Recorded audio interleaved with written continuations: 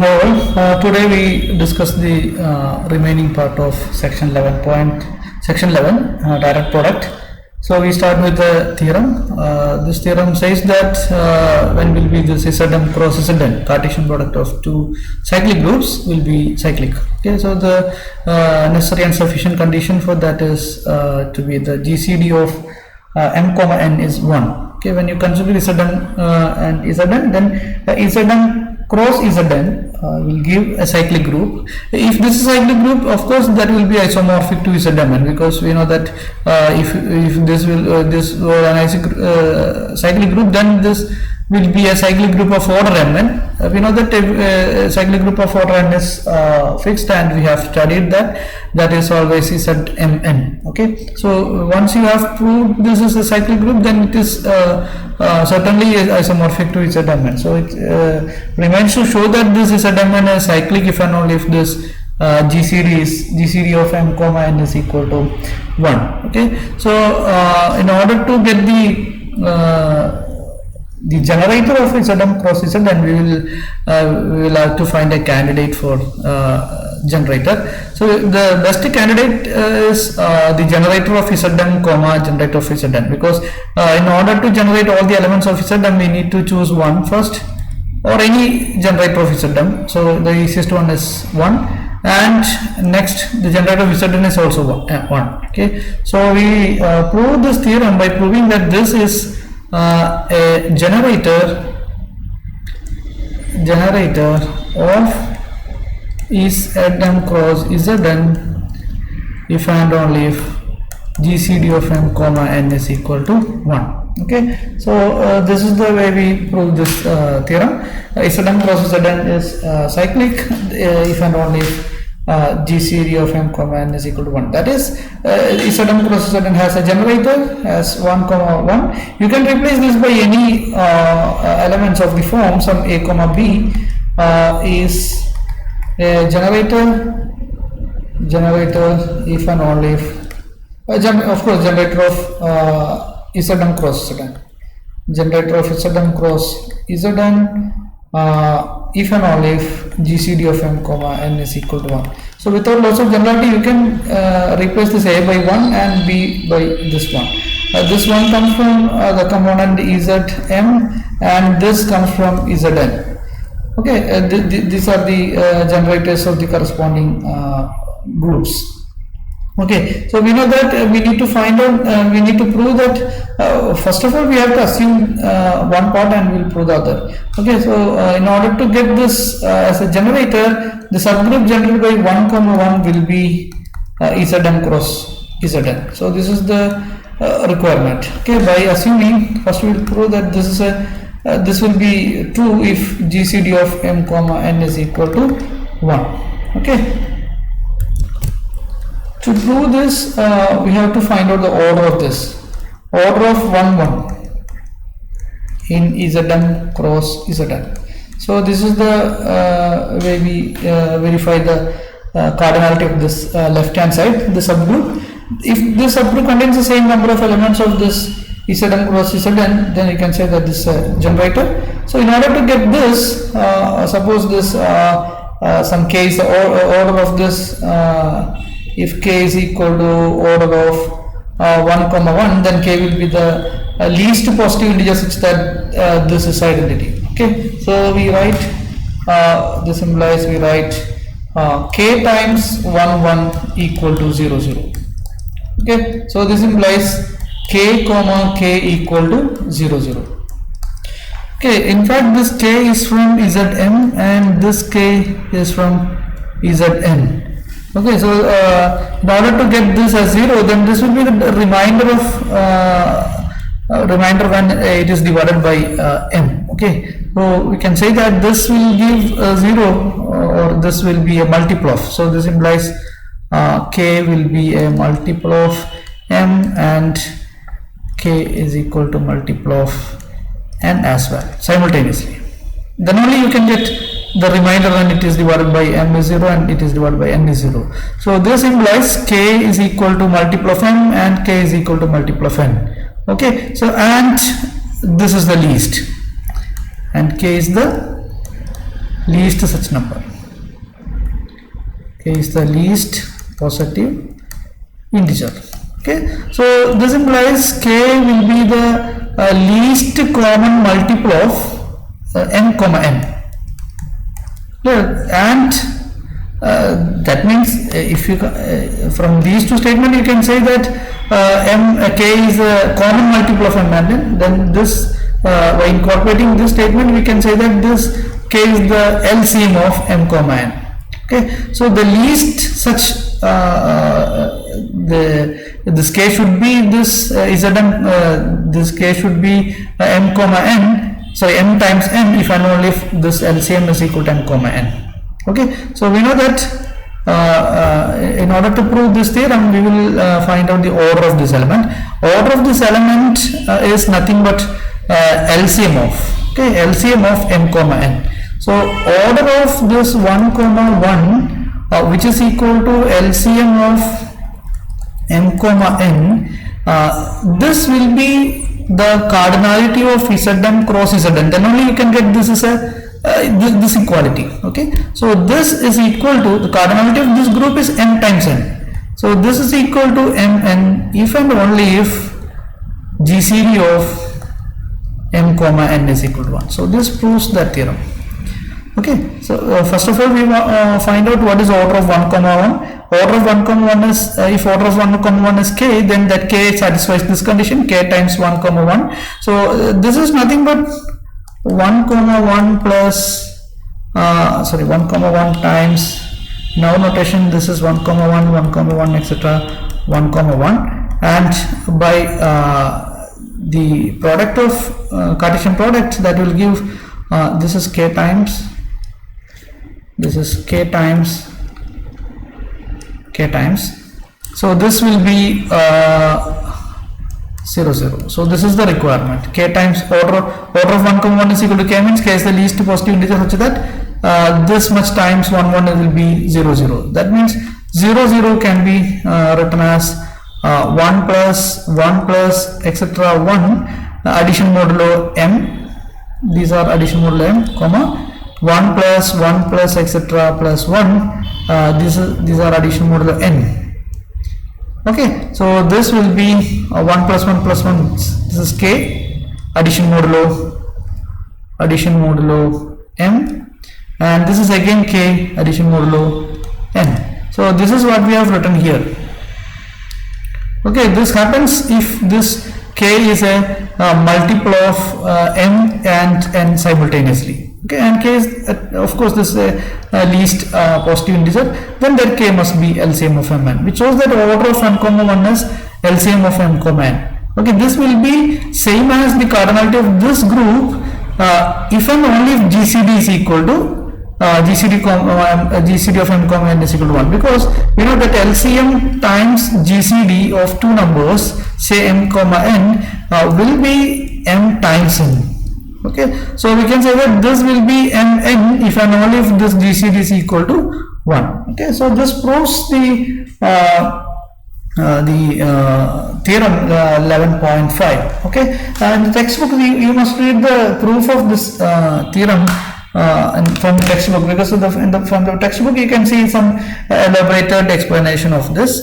This is the shortcut, or this is the simplest way to express this, the proof of this theorem. Okay, so please read that proof from the textbook and try to understand that. If you have any doubts, then please come up with the doubts, we can interact. Now we have a corollary of this 11.16, corollary of 11.5, that is 11.6, not 16.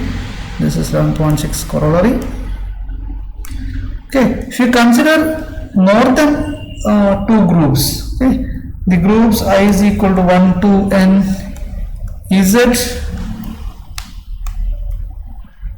ZMI is cyclic and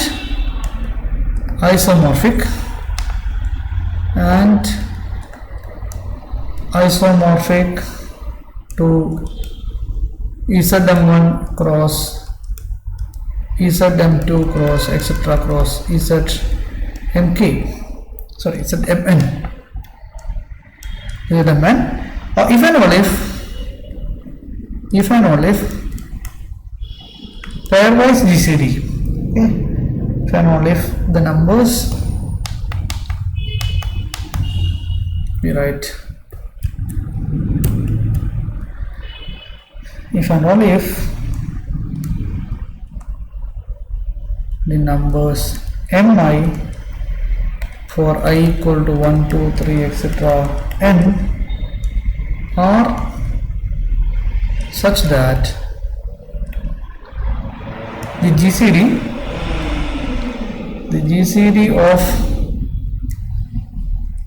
two of them is 1.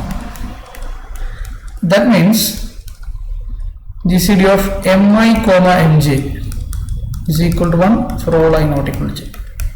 So whenever pairwise GCD is equal to 1, then you can get this.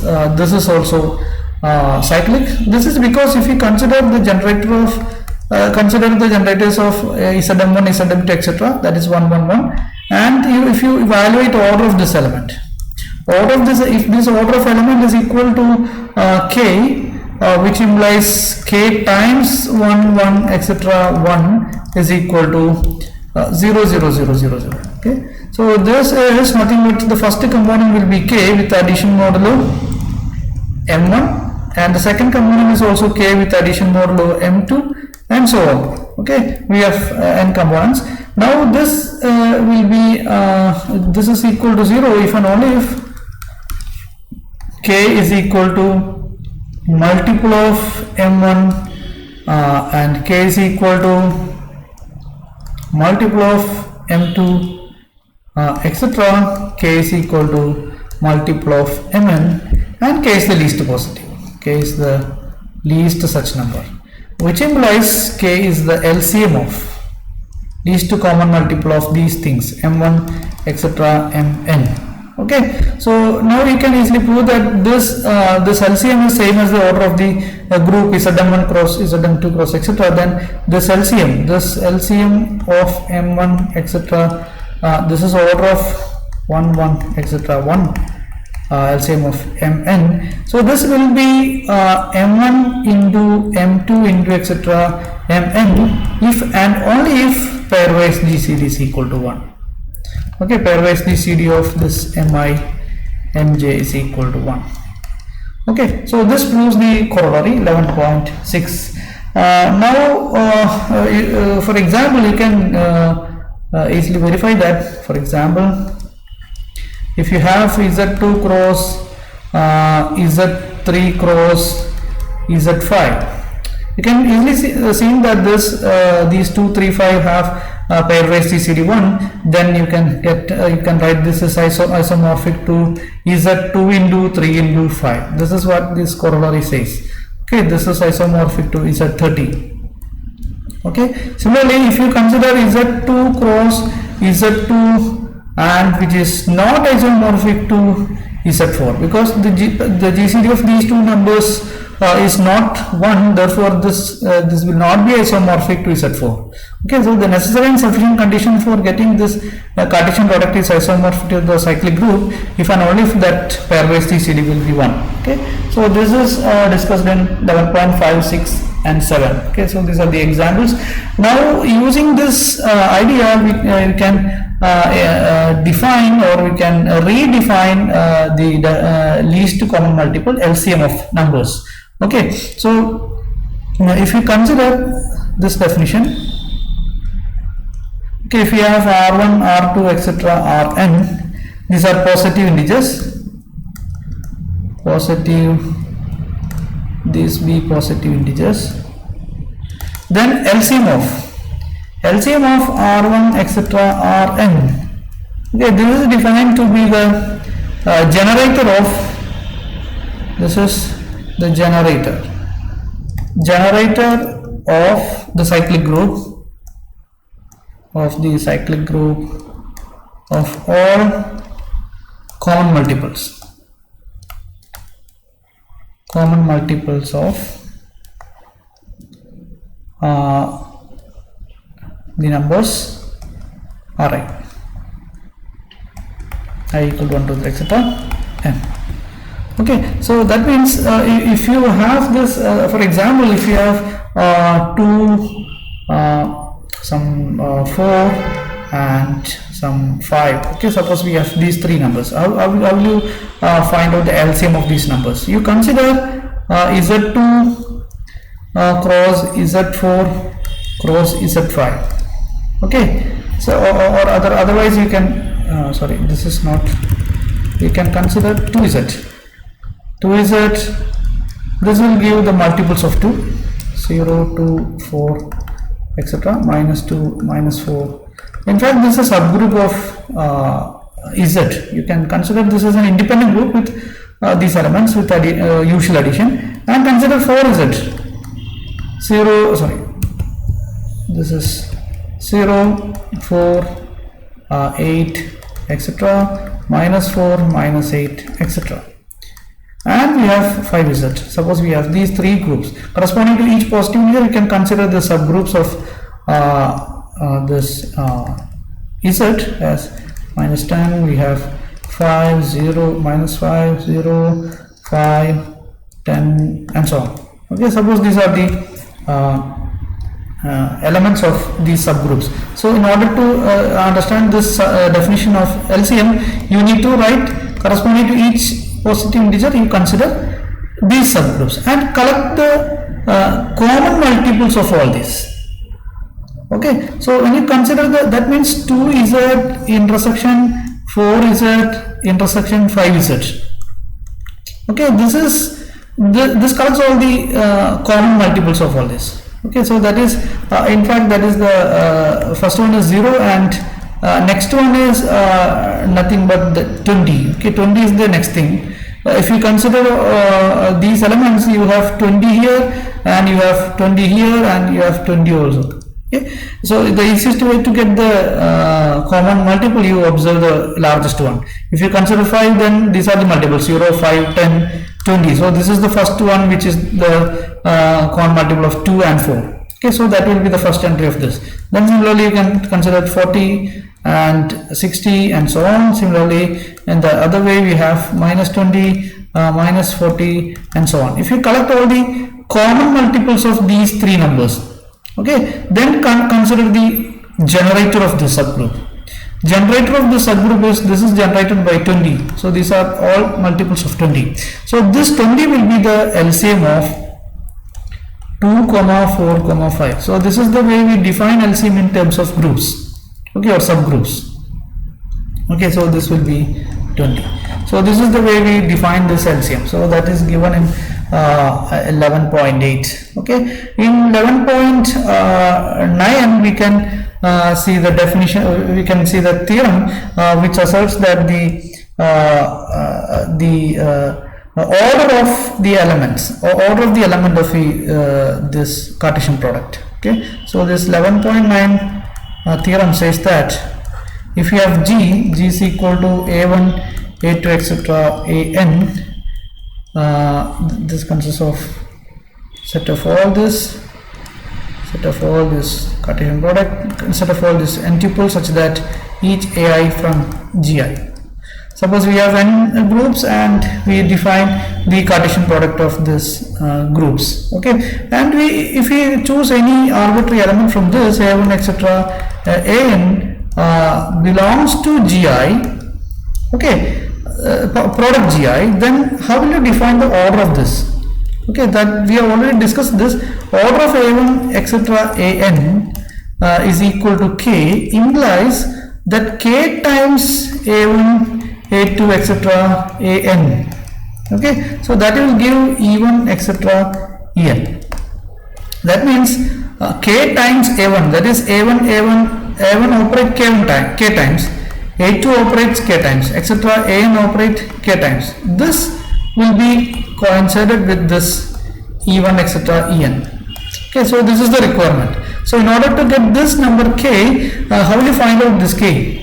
This K is obtained by the K is the least positive integer such that all these powers will be even.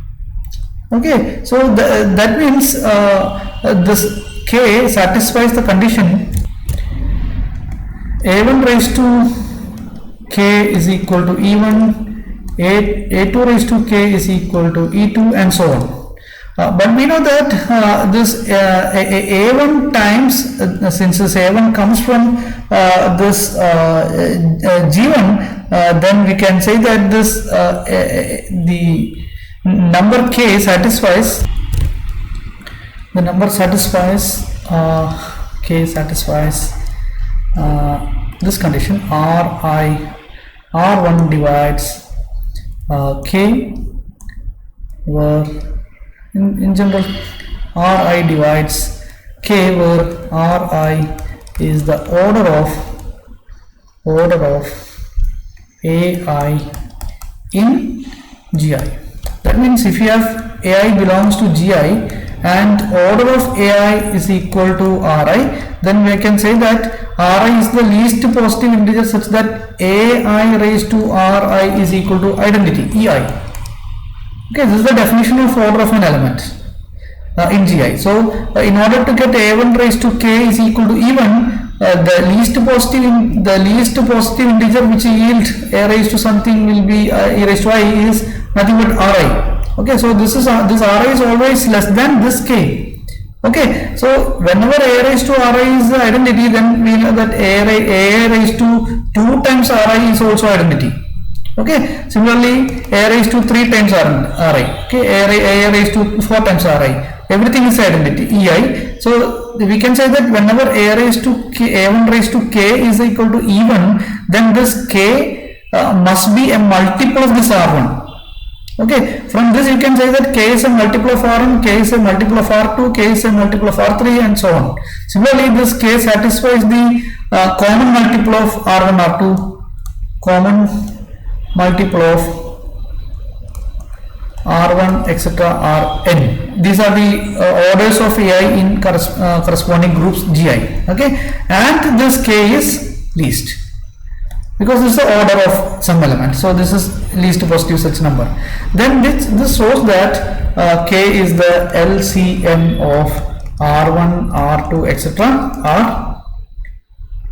rn, where ri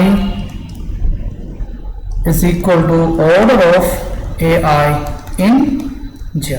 So this is the theorem 11.9. so the proof is already given and some example is already discussed in the 11.10 and 11.2, so please go through it, and with this we can conclude section 11 as well as module 2. Okay, in the next class we will discuss module 3. If you have any doubts, then we will reserve the other 2 days for some live interaction on these 2 modules. Okay, so please go through it, and we will arrange a Google Meet for a live interaction. Okay, so if you have any doubts, then please send me doubts first, then we will arrange the Google Meet. Okay, thank you.